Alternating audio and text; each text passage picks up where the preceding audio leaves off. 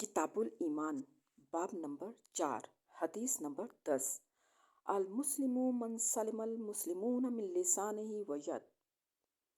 मुसलमान वो है जिसकी ज़बान और हाथ से दीगर मुसलमान महफूज रहें।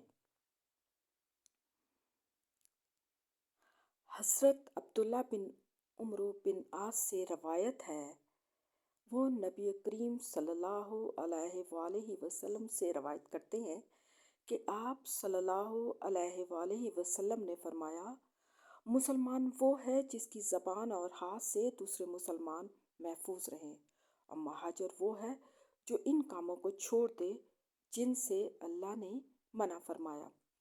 अबू अब्दुल्ला इमाम बुखारी रहमतुल्लाह अलैह ने फरमाया और अबू मुआविया ने कहा कि हमें ये मज़कूरा हदीस दाऊद बिन अबी हिंद ने बयान की।